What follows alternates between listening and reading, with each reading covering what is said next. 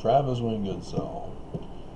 I woke up just after midnight and did a video of yesterday's results on the docket. My brief was submitted. Judge Kimball did recuse himself. Judge Tina Campbell was newly assigned. She immediately ordered the denial of my motion to recuse Judge Jenkins as being moot.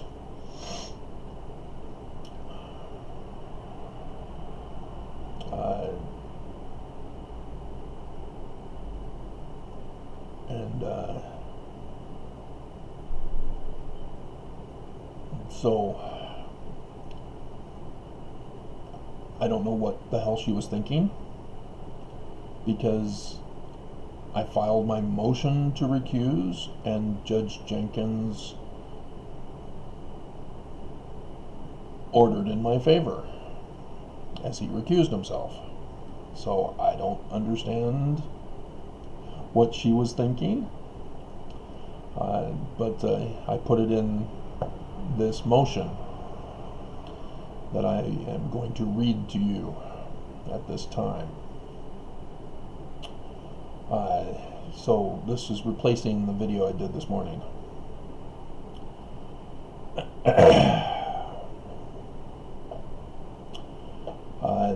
This motion is a motion for immediate default judgment with prejudice. And it's to Chief Judge Robert J. Shelby, not Judge Tina Campbell. And immediate default judgment under I think I told you about the law last night, didn't I? Yeah. So yes, 28 USC Part 1, Chapter 21, Section 455, which is for recusal of justices, disqualification of justice, judge, or magistrate judge.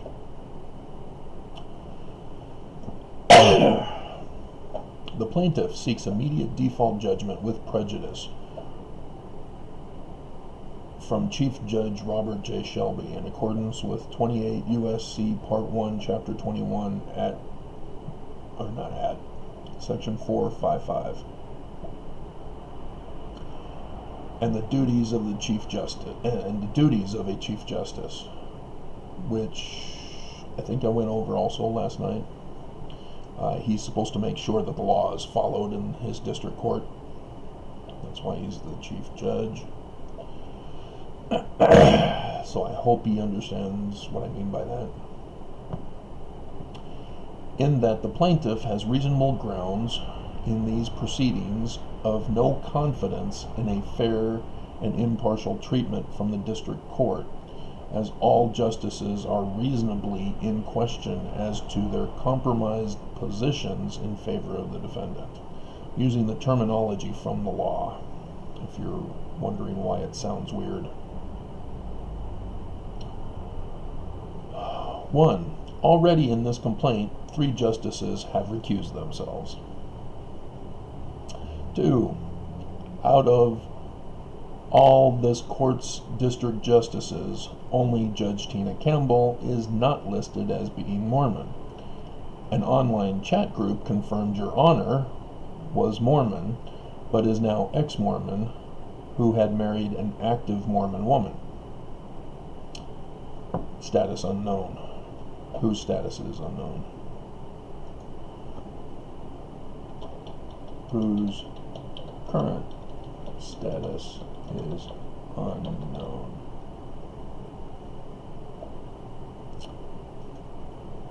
That has precedence in this law that I'll get to after I go over this nature of the case in the motion. 3. The defendant showed great displeasure in your Honor's LGBTQ decision that led to allowing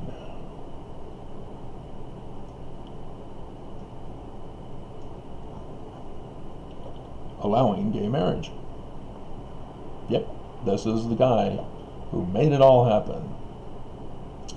And the church is pissed.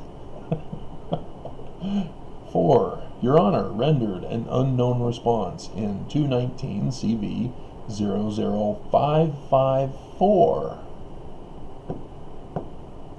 Gaddy versus COP. With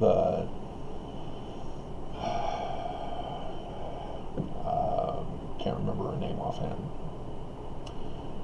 With nothing entered on the docket since these past 2 months. So it appears, in case you were wondering about whatever happened to that case, it appears he ended it with his response. And I don't know what his response is. And I can't find anywhere online, because apparently everybody has been sworn to secrecy. So I don't know if his response was get over it, get on with your lives, or settle. In which case, the settlement was just to Gaddy and not to the whole. It may be possible that his response was, we'll put it into the other court for settlements. Who knows? Because I'd have to pay to be a Pacer Monitor customer to be able to download the response and read it and find out what it says. And I'm not willing to do that. This same case is where Magistrate Judge First was recused after being fired from this court, but was then assigned to the plaintiff's previous and relevant case, 219 CV 00711. Judge Tina Campbell, before the plaintiff learned of her assignment to this case, hastily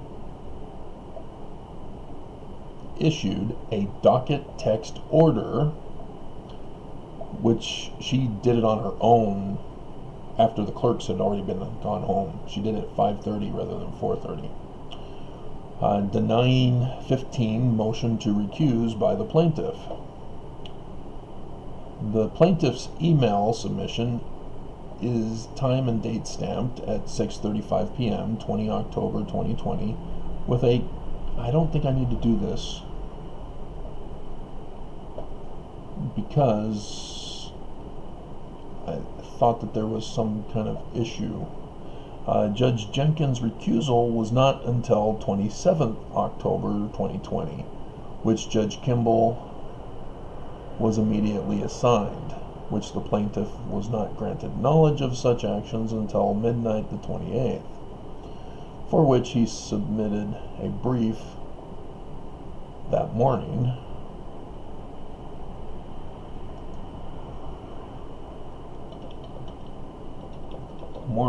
About Judge Kimball's conflict of interest, resulting in his immediate recusal and immediate reassignment of Judge Kimball before the plaintiff had time to know of such action until after midnight this morning, the 29th.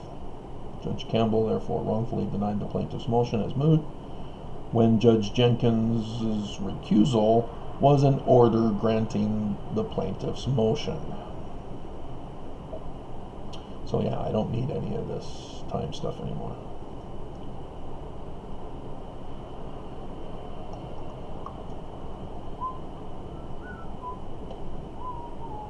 Because I was thinking that the clerks their tampering caused some problems here.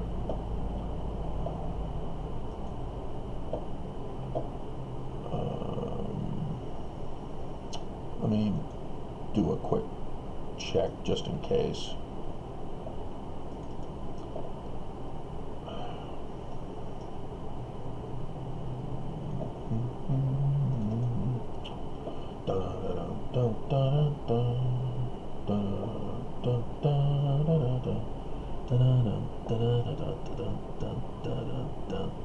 Okay, so I do need to see 14. Where's 14?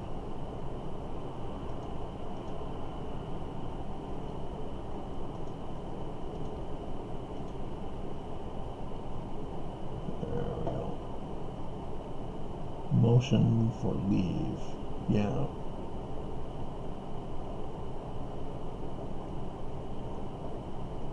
Submission of beliefs, motion to recuse, submission of brief, motion for leave to file. Yeah.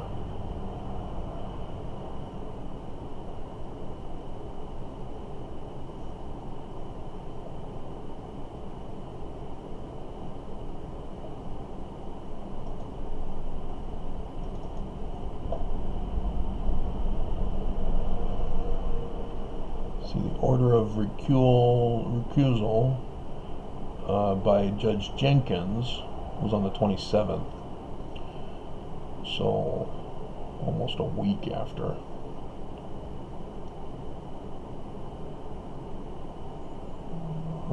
Yeah,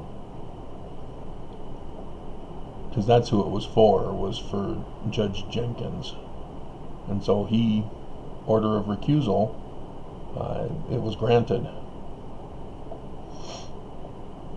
And so Judge Kimball did not have a motion for recusal, as he immediately did it. All right. Where did I leave off? Okay. Judge recusal. Okay. So 6. Judge Tina Campbell's hasty denial concerns the plaintiff as to the status of Judge Jenkins' order of dismissal of the plaintiff's original complaint and subsequent filing of the ordered amended complaint, for which the defendant still needs to respond. Today, 29 October 2020, is the deadline for which the plaintiff must respond had the defense counsel responded to the amended complaint, not the original complaint. But if the amended complaint is to be moot,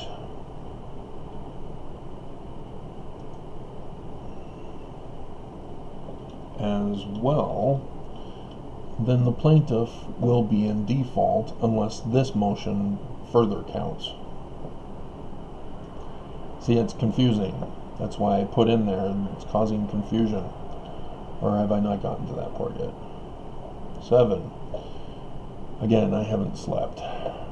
And I went running, was able to use my brand new purchased key for the steamer trunk and acquire the old key that was locked in it by a certain ex-wife, and acquire my winter clothing. Anyway, onward. 7. This court's compromise, and I cannot go 3 days. I am too old to go 3 days without running. Having been an athlete in my younger years, I can't just stop or slow down my running.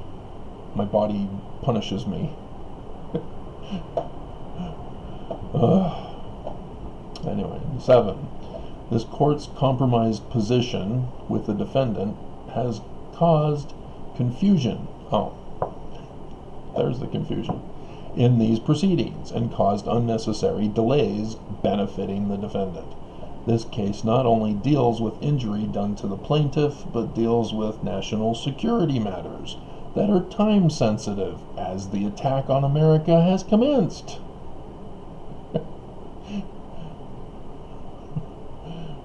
Has commenced during the plaintiff's previous complaint to 19 CV00711. To have compromised justices causing delays is an aiding and giving comfort. Well, aiding and abetting of the national security threat. I use comfort later on. 8. The defense counsel makes the same singular argument that the plaintiff's adherence to the Federal Civil Pro Se Litigant Guide is in violation of Rule 8A to justify their non-compliance with Rule 8B. This was what they used in the plaintiff's previous case, 219-00 CV00711, upon which this case is based. Judge First, who, after being fired, was assigned to that plaintiff's case under Judge Waddups,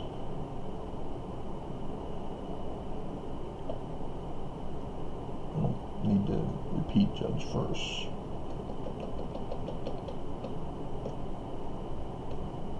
Refused to respond to any motion and allowed her remaining time on the bench to lapse. This caused confusion as the newly hired and assigned magistrate judge, Daphne Oberg, hastily ordered denials of the plaintiff's previously ignored motions without understanding due to the confusion caused by Judge First's failure to perform.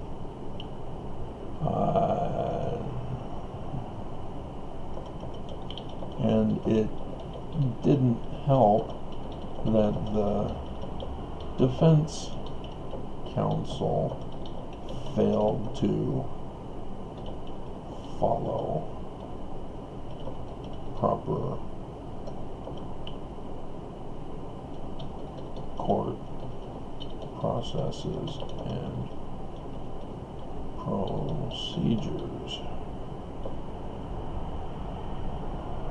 This led to Judge Oberg's wrongful report and recommendation to side with the defendant, for which Judge Waddups, after a long delay, granted such recommendation with prejudice. Until last night, the plaintiff understood that recusal was only part of the judicial code of conduct, but has since learned that it is an actual law as stated above. The plaintiff will now list violations by this court of this law. That's why I'm going to the Chief Judge for a final decision. I should probably, as I'm thinking about it,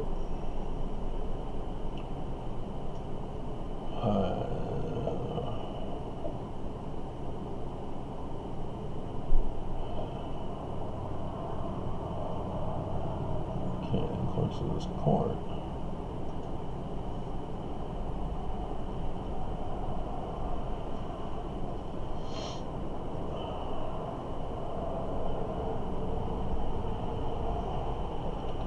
Mormon justices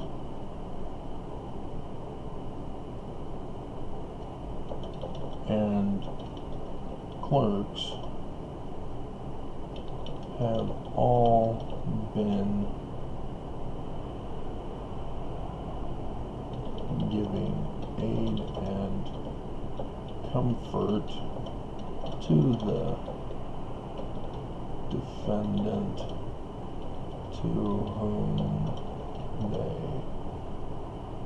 to which they are compromised and invested in.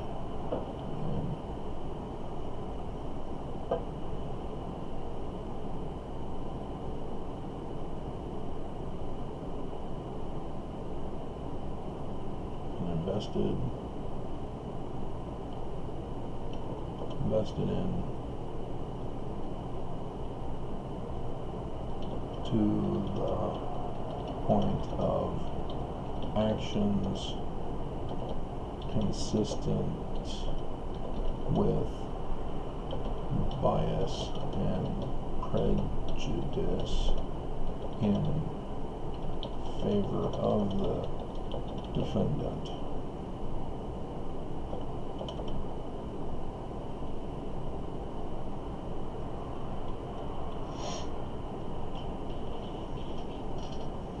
So this goes back to the motion in the previous case where Judge First's failure to respond was her acting on behalf of the defense counsel, and thus I was trying to get a judgment then, which didn't work.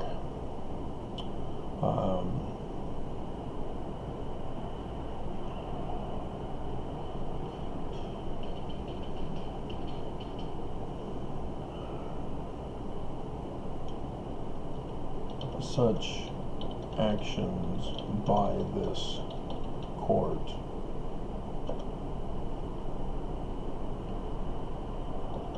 justify grounds for immediate default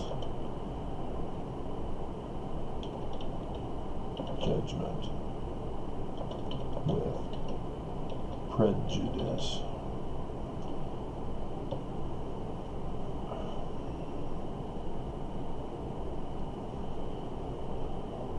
Such illegal actions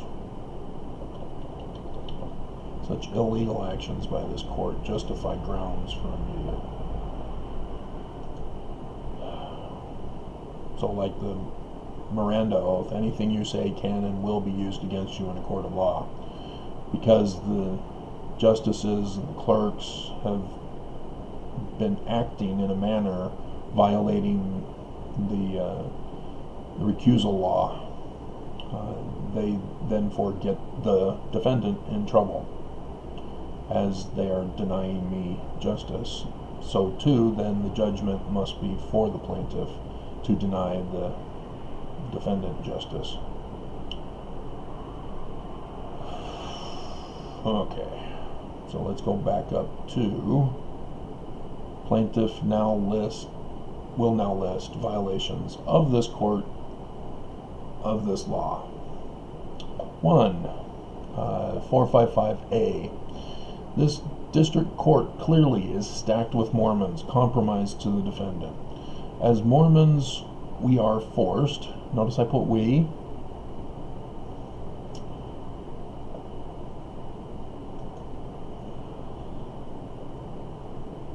as the plaintiff has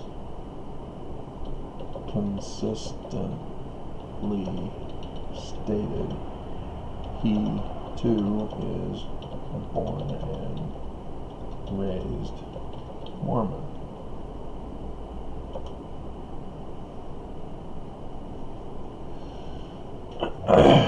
Are forced to give temple loyalty oaths to the defendant over the United States of America and its Constitution, specifically the laws of obedience, sacrifice, gospel, and consecration. The law of chastity was altered in consequence of failure to adhere to the Edmunds-Tucker Act enforcement, as the defendant had been openly practicing polygamy. I'm going to give you bombshell new information about LDS church history that you have never heard from any other source. You've sort of heard about it, but you didn't make the connection. They didn't make the connection. So you didn't make the connection. I made the connection. Here it is. Here you go. If there are anybody still listening at 30 seconds. 24 minutes, 30 seconds. Let's see. The law of chastity was altered in consequence of failure to adhere to the Edmunds-Tucker Act enforcement, as the defendant had been openly practicing polygamy after fleeing the United States to Mexico territory when incorporating in 1852 under the Utah Territory,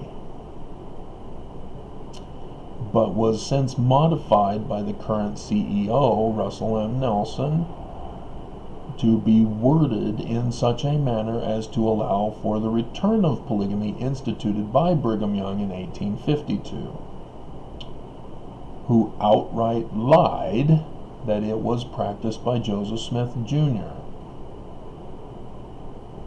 the original founder of Mormonism, as the current administration still lies about the founders' involvement in their gospel topics, essays, and in other publications. These lies are even believed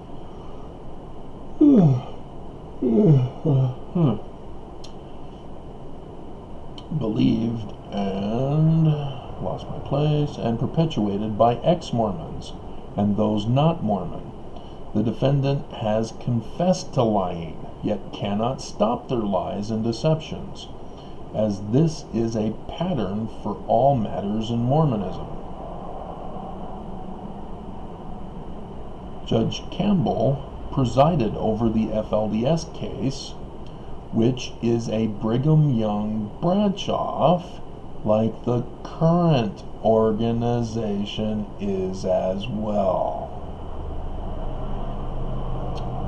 After the Edmunds-Tucker Act, as Heber J. Grant in 1923 reincorporated their branch-off. If you've heard about the incorporation in 1923, you may not have connected that starts the church after they were disincorporated. And so this current church originates with Heber J. Grant as the founder, because he incorporated it, reincorporated 1923. That's the bombshell. We are not the Church of Brigham Young, nor the Church of Joseph Smith. We're the Church of Heber J. Grant, who is our founder. All those other previous ones, Lorenzo Snow, who started the tithing protection racket, completely botching the definition of tithing from Malachi. But we are a branch off, just as the FLDS church are a branch off, because the FLDS church believed that the true church is to practice polygamy, which Brigham Young started with his branch off incorporated church in 1852. Did I put 18 on the other one? Yes. Okay. And so Brigham was a branch off and actually incorporated in 1852. Then the Edmunds-Tucker Act says you can't practice polygamy. So they disincorporated the church.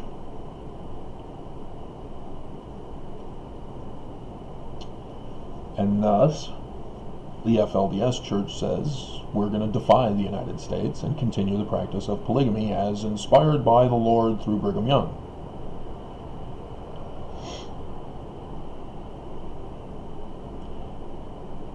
Who's right and who's wrong? Is Wilford Woodruff a fallen prophet, as they claim? Or was he given revelation? Well, no, it was an official declaration. He gave no revelation. They still kept practicing polygamy. There is no revelation. They still kept Brigham Young's added 132 in our current Doctrine and Covenants, falsely blamed on Joseph Smith, as they took out Joseph Smith's monogamy in 131.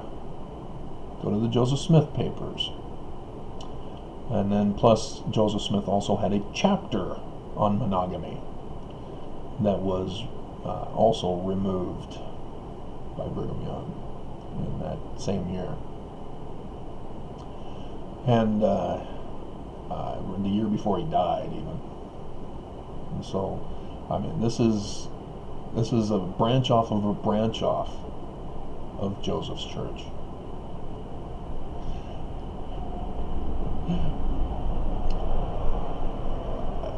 The If you remember the prophecy of Daniel, the head of gold, the chest of silver, and bronze legs, and then feet of clay, and the clay shattered.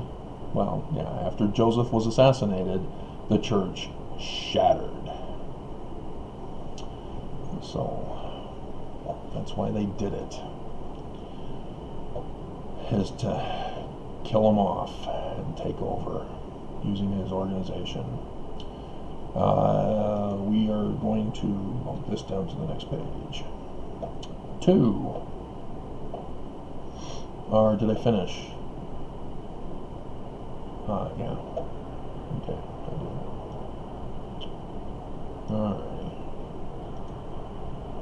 Alright. 455B1. All of this court's justices have a personal bias and prejudice in favor of the defendant.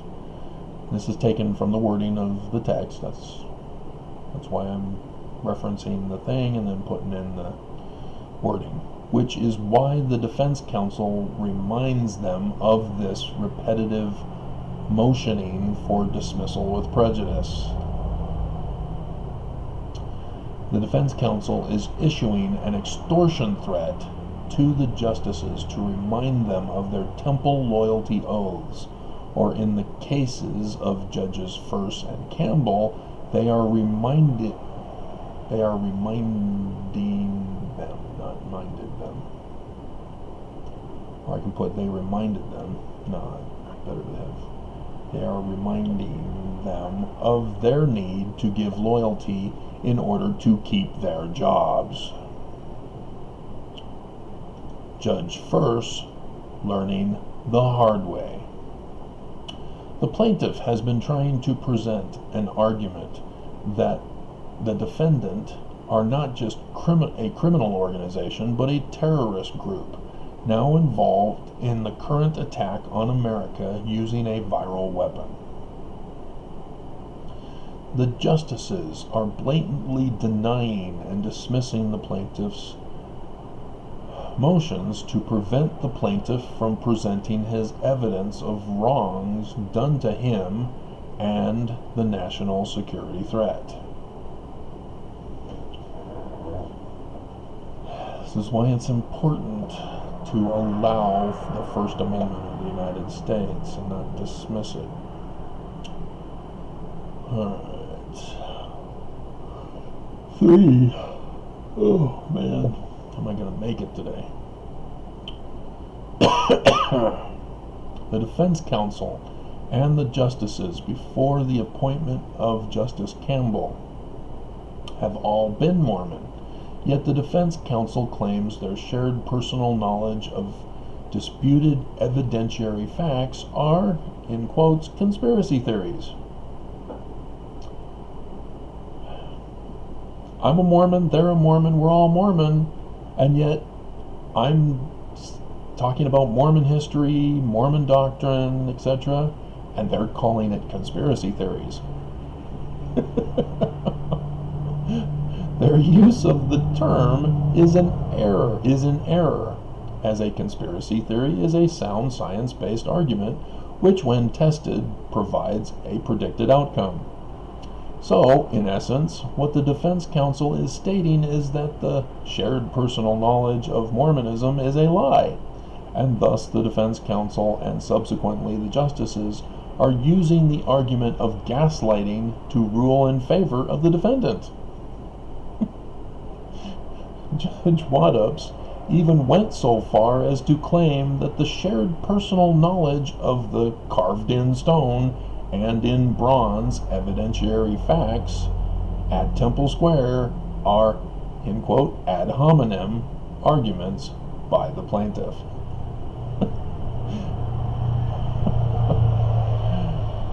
Okay, so let's put that down to the next page.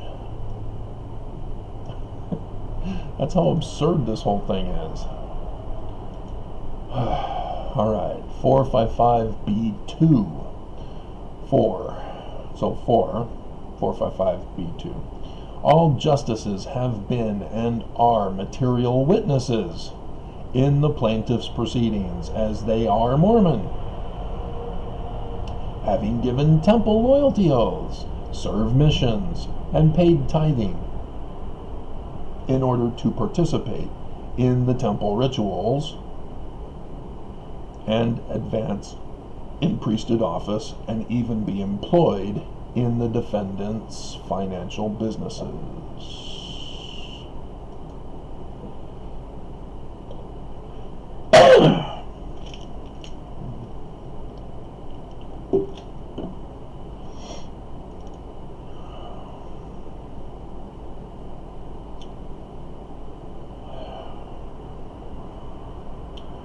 So 455B4. Though the wording in the law does not take into consideration to allow for a criminal organization to use religion as their front for financial operations as a, quote, financial interest, RICO resolves this, replacing the repeal of the Edmunds-Tucker Act in 1978. Now, we all have a shared personal knowledge as Mormons about this date, don't we, Mormons? And ex-Mormons. And less active Mormons who don't want to be called Mormon. The same year, the defendant allowed blacks into the priesthood and temples, though the defendant is still responsible for the Utah Constitution containing slavery, contrary to the amended United States Constitution, which is being voted on in Utah as Amendment C in this election 2020. And the defendant constantly being counseled by the NAACP for their racial insensitivity. All justices have a shared personal knowledge of the defendant's racism and racist history, especially the justices, because they're old enough to know what was going on in 1978, where I'm on the younger end. I was 8 years old when it was announced. I still remember I was trying to sleep on my mother's lap during the session of conference when it was announced. I guess N. Eldon Tanner read it. We were in the Stake Center chapel as it was being read. We were in the back in the overflow section before the gym. And I don't think we needed to open up the gym, if I remember. We didn't have that many members back in '78 in Southern California. But if it was opened, it was all dark, so I couldn't see, and I was trying to sleep anyway. But I remember the whole audience going, what's going on? What did he just say? What do I now have to obey?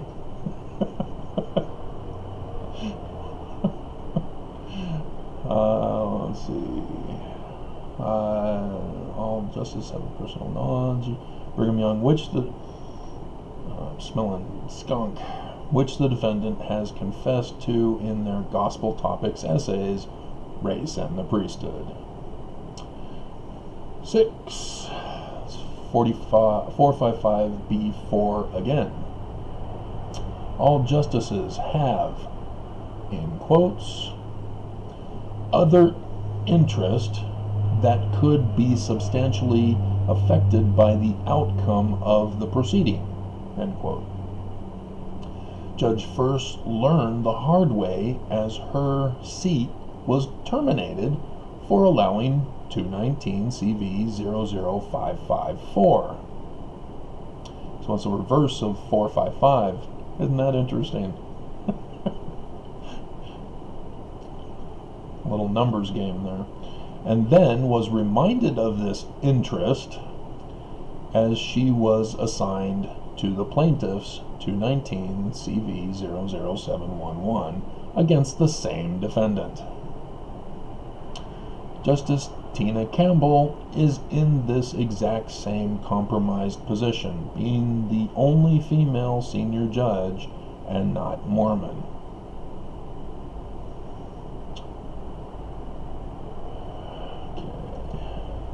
Bump that down to the next page.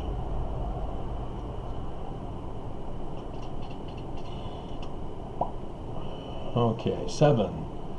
It's 455B5. All justices' spouses and all justices have within the third degree of relationship to Mormons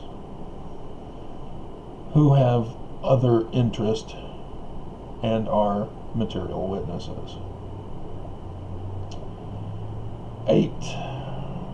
455E. Judge Oberg denied the plaintiff's motion to dismiss Judge Waddup's in 219 CV 00711, who then went on to dismiss that complaint with prejudice in favor of the defendant for whom he is compromised. So the whole thing was a fraud. It shouldn't have been dismissed because Judge Waddup's must recuse. He couldn't stay on the case. He stayed on the case, didn't recuse. Judge Oberg denied the motion to recuse, and I put it in there in other subsequent filings, but nope, ignored. And so I'm reporting it to the chief judge here. 9. 455E. Judge Jenkins, after a delay, dismissed the plaintiff's complaint, knowing of his compromised position with the defendant, and after Judge Barlow recused himself. Remember that? Seems so long ago. Such a dismissal caused further delays and signaled to the defendant that he had their back. Stand back and stand by.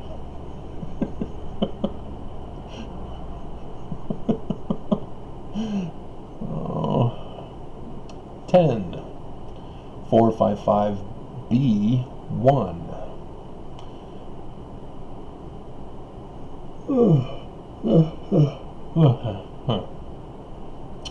The justices in 219 CV 00711 and in this complaint know of the assassination attempts upon the plaintiff, yet still caused delays, ordered dismissals, allowed the viral weapon, ordered dismissals and denials and dismissals,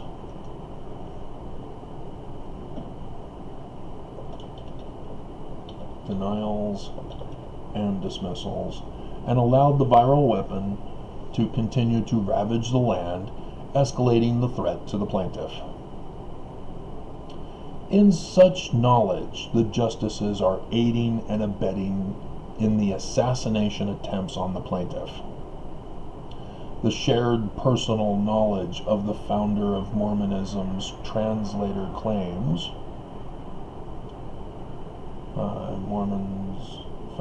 founder of Mormonism's translation claims. Let's do that instead.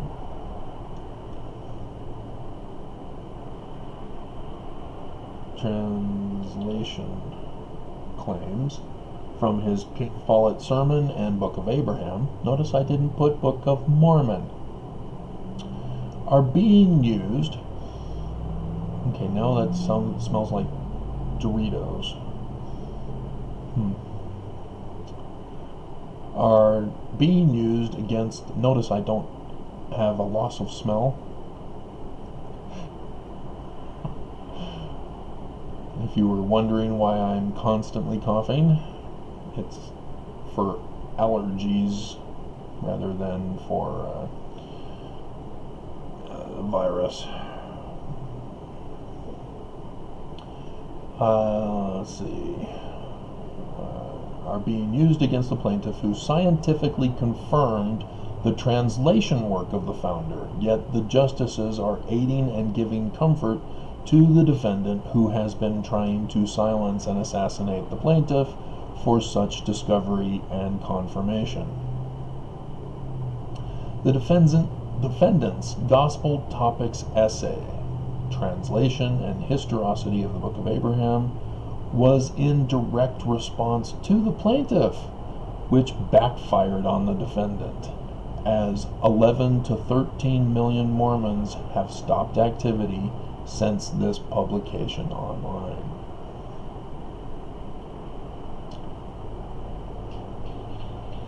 I don't need a space here. Yes, I do. Okay. Mormonism does not belong to the defendant, nor is Mormonism to be used as a front for criminal and terroristic activities subversive to the United States of America. No Mormon justice can preside over the proceedings of a case where the defendant is a party. Yet this court is fully compromised to the point that the plaintiff has no confidence in a fair and unbiased process and judgment. The clerks of the court and justices are aiding and abetting the defendant in the assassination attempts to evict the plaintiff from his residence and use a deadly viral weapon through transmission by other Utahns, as fellow Mormon Governor Gary Herbert and Mormon Lieutenant Governor Spencer Cox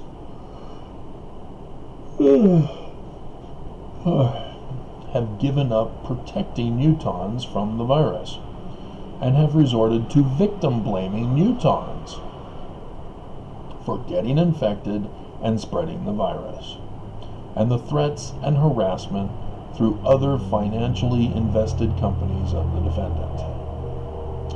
Mormon justices and clerks have all been giving aid and comfort to the defendant, to which they are compromised and invested in, to the point of actions consistent with bias and prejudice in favor of the defendant. Such illegal actions by this court justify grounds for immediate default judgment with prejudice. As your honor is the chief judge and has previously divested himself from the defendant and has demonstrated that divestment with the LGBTQ ruling mentioned above, the plaintiff seeks your honor's immediate default judgment with prejudice and a vesting of title to the plaintiff as the requested relief. And then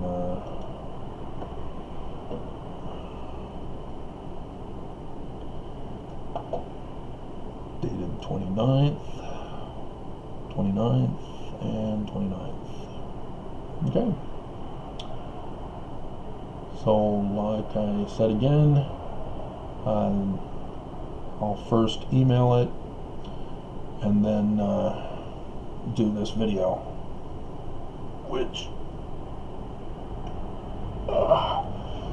being 50 minutes, I can easily email it during the time of the video. And I've already done the order and the PDF, and so we're ready to go. Do the PDF for this one right now.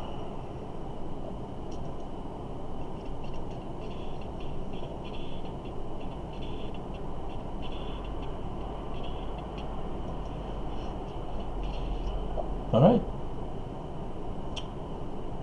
And yeah, it won't be mailed to Campbell, will it?